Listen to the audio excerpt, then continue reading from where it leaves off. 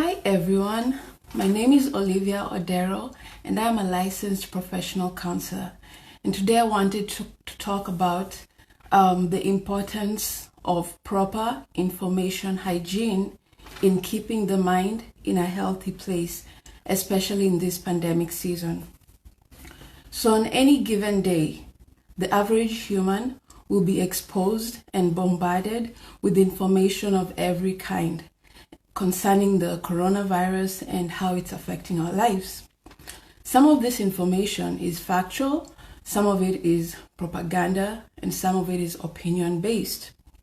So then that means there needs to be some proper information guidelines in how to sift through this. And this is what I'm going to be talking about, like how does our brain process all this information that is being exposed to it.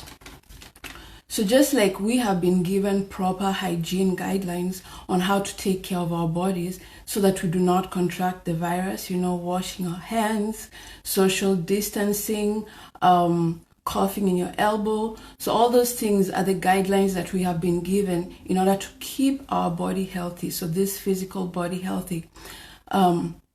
It's kind of the same thing I'm doing with the mind, because the mind also is a unit of itself. So in a previous video, or just my description of the mind, is that the mind is a processing unit, kind of like a hard drive.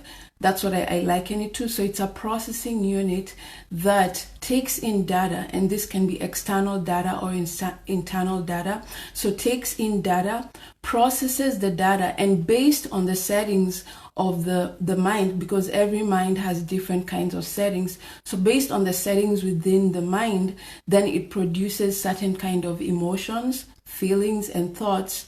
And all these things end up influencing how we behave, influence how we act, and influences even our beliefs. So therefore, you can see that it is very important to protect or keep this unit called the mind in a healthy place, because all this information that we're being bombarded with every single day is doing something to our mind. There's a way the mind is processing it. That's what I'll be talking about today. So first of all, I'll just start with what science is saying. So scientists, neuroscientists specifically, so neuroscientists and information scientists have studied the brain and have studied just how it responds to the information that it is exposed to. So most of the data that I'll be giving you is coming from Academic Search Premier, and these are scholarly articles that have been reviewed by different peers in those fields. So one thing that they say is that when the brain is exposed to information that has no basis, information that has no facts, information that is just propaganda or opinion based, the brain responds in a very interesting way. So there's that place called the limbic system.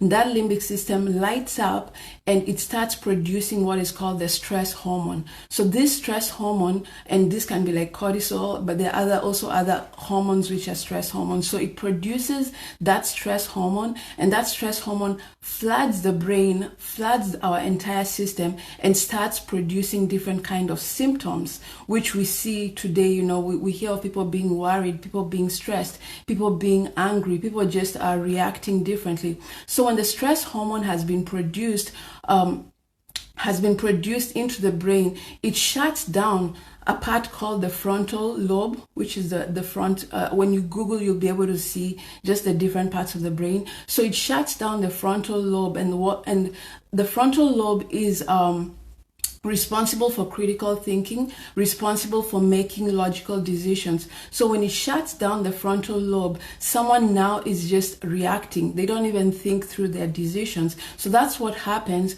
when we are feeding ourselves with things that have no basis, things that have no facts, like it cannot be verified, like it's just someone's opinion concerning what is going on, rather than actual facts that are out there. So this is what happens to a brain that is constantly being fed with information that has no basis.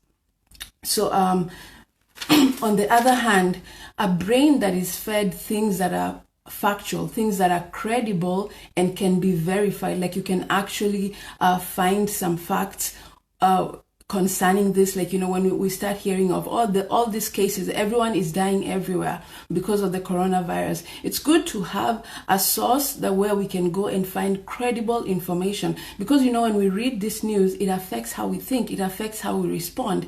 So scientists say that, but when a brain is exposed to information that is factual, information that is credible and can be verified, the brain responds differently. So the brain, the frontal part of the brain actually lights up, and that's the critical part. Like that's the part that can critically reason through things, can logically think through things and plan things. So the frontal part lights up, and what that does, it starts producing happy hormones, so happy chemicals. So unlike a stressed brain which produces stress hormones, the brain that is fed well starts producing happy hormones like dopamine.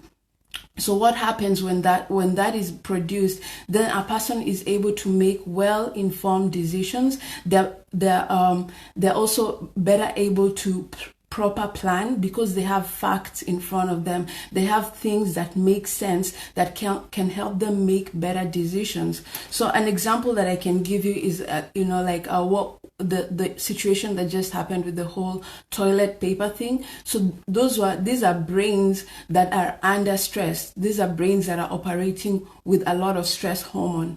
And this is just science that I'm giving you. Like, I'm not judging anyone, but this is just science I'm giving you. Because when the brain is flooded with the stress hormone, it does not think critically. It does illogical behaviors, things that do not make sense. Because later on you look back and you say, why the heck did I buy all those toilet papers? Or why did I do that? Why did I make that move? Why did I eat all that, all that junk food, all that stuff? Because basically the brain under stress does not think, but a brain that is being fed information that can actually make it start thinking, make it start making well-informed decisions, starts doing things that make sense, if that makes sense.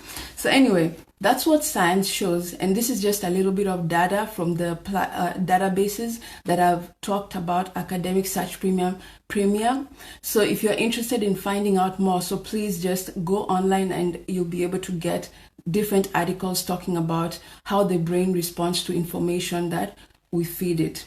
So now let's go to what the Bible says. So the Bible says in 1 Timothy 6:20 that Timothy is being warned to guard his faith, and then on top of that, to avoid profane and idle babblings. So basically what Paul is telling Timothy in this verse is that avoid information that is false, avoid information that has no basis, avoid things that have no backing, because it has resulted in people drifting away from their beliefs. And Ephesians 5:6 talks a little bit about this, which says that do not be deceived by vain words, meaning like things that have no basis can cloud our judgment, can cloud our belief system. So right there, Paul is warning people that when you expose yourself to things that have no basis, things that cannot be verified, are not credible, then it can even make one drift away from their faith. And then 2 Timothy 2:15-16 also talks about the same thing, where it says, avoid things that have no backing or are false, because it results into more ungodliness. Basically, drifting away from the truth. So all this is to say that the things we should be very mindful about the kind of news and information we feed ourselves on, because that ends up even affecting our beliefs. Lastly, Philippians 4:8 talks about what we should feed our mind on. It talks about things that are truthful, things that bring honor, things that are right or factual, things that are pure, things that are lovely. So all these things are the things we should be feeding our minds on, because just like I said, what science shows, it helps the mind be in a state of calm, a state of peace. The mind is able to make well-informed decisions.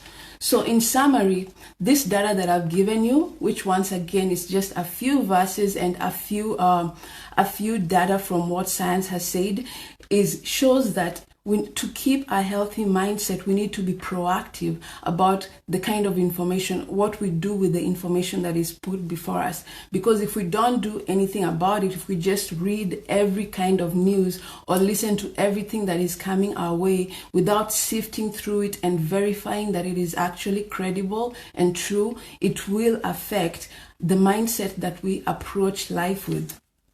So that is just to say that proper hygiene with the kind of information we take in is very essential. And once again, I encourage anyone interested to go and learn more about this. You can either inbox me, I can send you the articles I read, or you can go to Academic Search Premier and just, we have so much time, just look up things concerning how to keep the mind in a healthy place or the brain in a healthy place, especially in this time where we have so much information coming our way.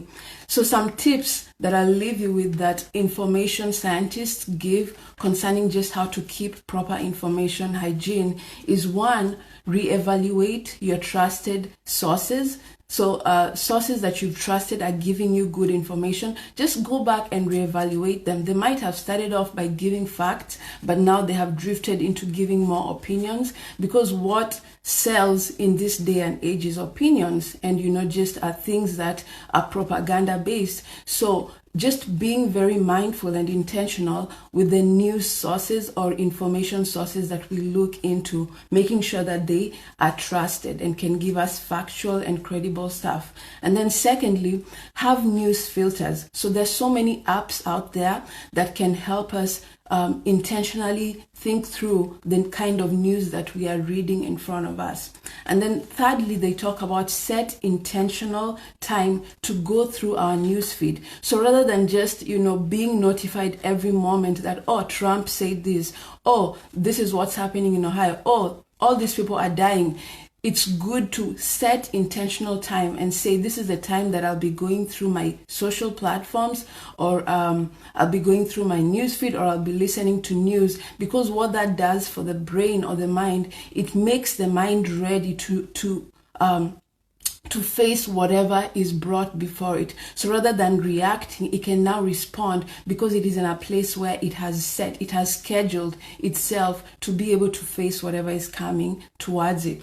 And then lastly, just to keep proper information hygiene, it's good to also feed other people with the same kind of information we would want to be fed with. So feeding people with things that are credible, things that are factual, and things that can be verified. So that is very important. So that's the end of my video today. If you have any suggestions or tips concerning how to keep the mind in a healthy place, or even with information hygiene, please feel free to comment down, and just other people will also benefit from how you have been able to keep your mind in a healthy place with all the information bombarding it. And then lastly, if you have any topics that you feel would be beneficial for me to address concerning keeping the mind in a healthy place, please don't hesitate to either inbox me or just put a comment down, and I will definitely address, because most of the topics that I talk about here are other viewers have suggested or asked me to talk about them. So thank you so much for joining, and I hope you have a good day. Bye.